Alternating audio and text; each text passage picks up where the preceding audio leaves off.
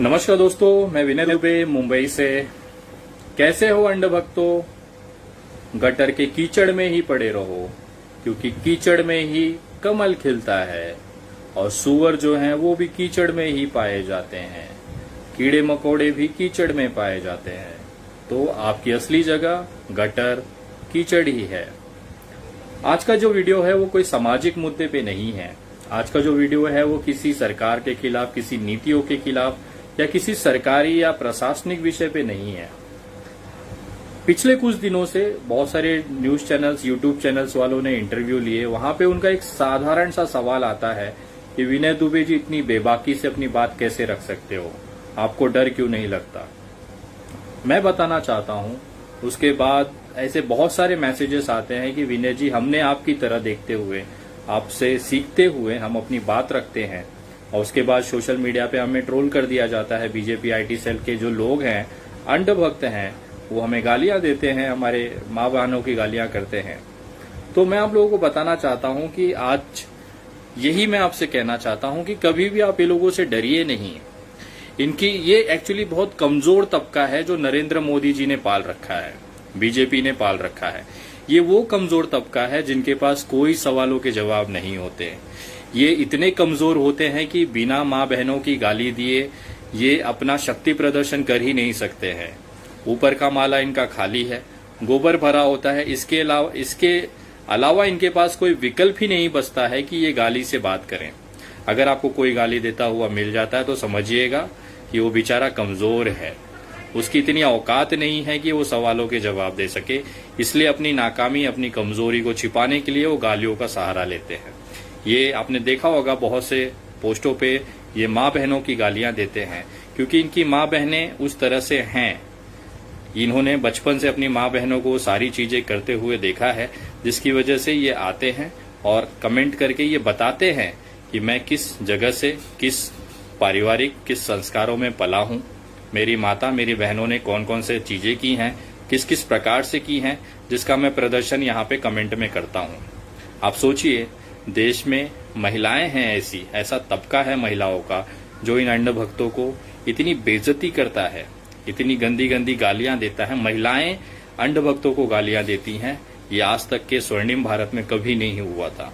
महिलाएं प्रधानमंत्री को गालियां देती हैं, गंदी गंदी गालियां देती हैं, ऐसे ऐसे शब्दों से नवाजती है जो कि सोच नहीं सकता। और आज तक किसी भी प्रधानमंत्री ने इस तबके की, इस लेवल की गालियां नहीं खाई हैं। जब मुझसे पूछा जाता है तो मैं कहता हूं कि भाई, जब भी आप इस तरह की चीजों में आते हैं, जब सरकार से आप सवाल पूछते हैं, आपको गालियां मिलनी लाजमी है। आप किसे अपना आदर्श मानते हैं, उसके हिसाब से आपका प्रदर्शन, आपका एक बर्ताव सोशल मीडिया पे दिखता है। मैंने कभी किसी को माँ बहन की गालियां नहीं दी हैं। लाइव वीडियोस में कभी भी अपशब्दों का, मैं अपशब्द यूज करता हूं, लेकिन माँ बहनों के प्रति नहीं करता हूं, क्योंकि वो मेरे संस्कार नहीं है, मेरे परिवार की वैसी परवरिश नहीं है जैसा अंड भक्त और मोदी जी अपने अंड भक्तों को देते हैं। मोदी जी इस मामले में बहुत प्रखर हैं। उन्होंने अपने अंड भक्तों को वैसी शिक्षा दी है कि आप किस तरह से माँ बहनों की इज्जत, उनके कपड़े सोशल मीडिया पे फाड़ सकते हो, उनको गैंग रेप की धमकियां दे सकते हो, और रेप किस तरह से किया जाता है, उनके प्राइवेट पार्ट में आप क्या क्या डाल सकते हो, क्या क्या बता सकते हो, ये मोदी जी ने अपने अंड भक्तों को सिखाया है। वो अपना प्रदर्शन वहां पे करते हैं। इसमें कोई छुपी बात नहीं है, पूरा देश ये चीज जानता है कि एक महिला के पोस्ट पे, एक माँ बहनों के प्रति इन मोदी जी के जो समर्थक हैं, उनका क्या हालत, किस तरह की विचारधारा, किस तरह की मानसिकता है, वो पूरा देश जानता है। और खैर, होना लाजमी है। जैसा नेता होता है वैसे ही उसके कार्यकर्ता होते हैं। लोग मुझसे पूछते हैं, आप इतनी निडरता से अपनी बात कैसे रख सकते हैं? तो मैं ये कहता हूं कि मैं जिनको फॉलो करता हूं वो एक अलग तरीके के इंसान हैं। उन्होंने अपने जीवन में संघर्ष किए हैं। मैं उनकी जीवनी से प्रेरणा लेता हूं, उनके हौसलों से प्रेरणा लेता हूं। अभी जिस तरह से लोग मुझे ट्रोल करते हैं सोशल मीडिया पे, कहते हैं कि मेरा मजाक उड़ाते हैं, मेरे दांतों को देख के हंसते हैं, मेरे चेहरे को देख के हंसते हैं। खैर, वो उनकी बात है। मुझे ऐसा लगता है कभी कभी कि वो इतना विशेष ध्यान इसके लिए मुझ पे देते हैं, मेरे दांतों पे कमेंट करना, मुझ पे कमेंट करना, क्योंकि वो चाहते हैं कि उनके जो भांजे हों वो विनय दुबे जैसे जीजा के माध्यम से हों, ताकि वो मामा बन सके। वो मुझ में एक जीजा के तौर पे, अपने एक बोलते हैं ना कि संभावित जीजा के तौर पे मुझे देखते हैं। और इस तरह से वो देखते हैं कि उनकी बहन के लिए अच्छा रिश्ता, अच्छा व्यवस्था, अच्छा प्रति उनको मिले। इसके लिए वो मेरे पे एकदम बारीकी से नजर रखते हैं। तो ये वर्ग है जो अपना जीजा बनाना चाहता है, मुझे अपने भांजों का मामा बनाना चाहता है, इसकी वजह से ये कमेंट करते हैं। मैं कहना चाहता हूं, जितने लोग भी सरकार से सवाल पूछते हैं और उनको अगर इस परिस्थितियों से गुजरना पड़ता है, तो मैं आपको बताना चाहता हूं कि जब तक आपका मजाक नहीं बनाया जाएगा, जब तक आपको गालियां नहीं दी जाएंगी, जब तक आपको बेइज्जत सोशल मीडिया पे नहीं किया जाएगा, आपकी टिप्पणी नहीं की जाएगी, तब तक आप यकीन मानिए कि आप कुछ खास कर भी नहीं रहे हैं। मैं ये सारी चीजें इसके लिए कहता हूं क्योंकि एक आईपीएस हैं, उत्तर प्रदेश में इस समय पोस्टेड हैं, मोटिवेशनल स्पीकर हैं, मैं उनको फॉलो करता हूं और उनकी जो बातें हैं वो कहीं ना कहीं मेरी विचारधारा मतलब मेरी जो लड़ने की शक्ति मुझे जहां से मिलती है उससे वो लगाव है, वो जुड़ाव है। आप लोग उनकी बातें जरा सुनिए, वो खुद कह रहे हैं कि किस तरह से आप सक्षम मजबूत बन सकते हैं। कोई भी बड़ी सफलता, कोई भी बड़ा नाम आप तब तक नहीं कमा सकते जब तक कि कैश ना होगा आपके साथ। जब तक आपका मौकरी नहीं हो रही है, जब तक आपका ह्यूमिलिएशन नहीं हो रहा है, जब तक कोई आपका मजाक नहीं उड़ा रहा है, आप यकीन मानिए आप कुछ खास कर भी नहीं रहे हैं। अगर आप कुछ खास करेंगे तो आपका मजाक उड़ेगा।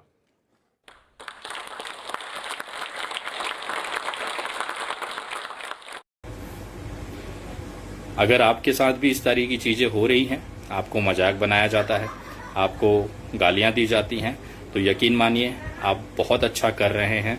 और इस तरह से जो कमजोर तबका है वो आपका पैर खींचता है, क्योंकि वो पैरों में ही पड़े हुए हैं। वो पैर तभी खींचेंगे जब वो उनका जो हाथ है आपके पैर में होगा। तो इस पे गुस्सा या खींच खाने की कोई बात नहीं है, ये गर्व की बात है कि इतने सारे करोड़ों की संख्या में, मुझे गर्व होता है कि करोड़ों की संख्या में अंधभक्त मेरे पैरों में पड़े होते हैं, क्योंकि वो मेरा पैर खिंचाई करते हैं, मुझे गालियां देते हैं।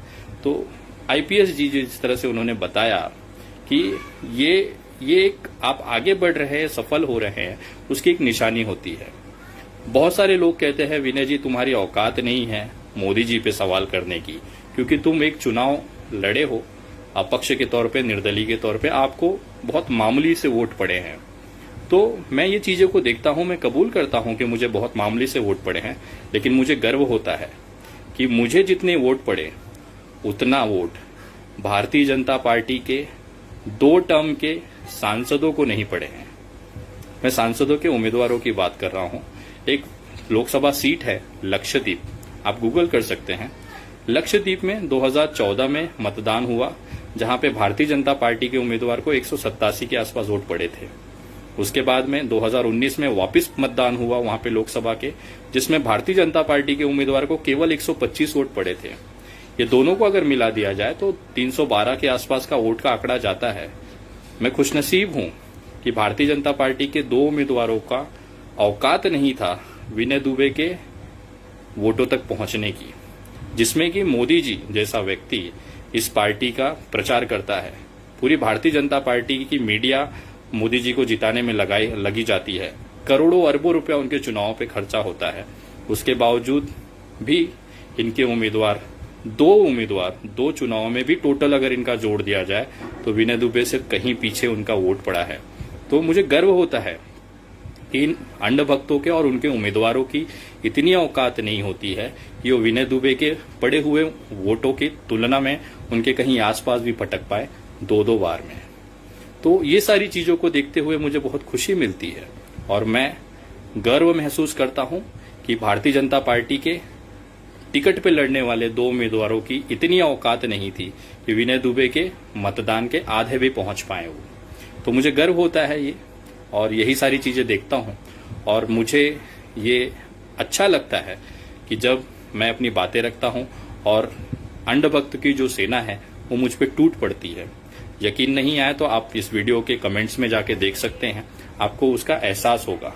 इनके परवरिश, इनके माता पिता, इनके परिवार में जिस तरह से इनको रखा गया है, इन्होंने बचपन से देखा है कि इनकी माताएं क्या करती थी, इनकी बहनें क्या करती थी, वही से देखते हुए इनको लगता है कि पूरे देश की माताएं और बहनें वही करती होंगी।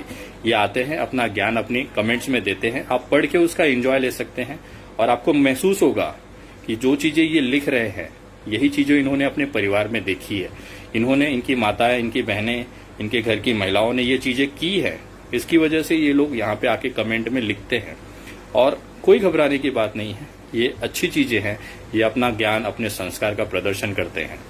दूसरी सबसे बड़ी बात, अगर आप अभी भी मेरे फेसबुक पेज से नहीं जुड़े हैं तो मुझे ऐसा लगता है कि आप बहुत सारी चीजें मिस कर जाते हैं, क्योंकि भारत के कुछ चुनिंदा लोगों में से मैं आता हूं जो अंध भक्तों की तबीयत से पेलाई सोशल मीडिया पे करता हूं और उनमें कोई रहम मैं नहीं करता हूं।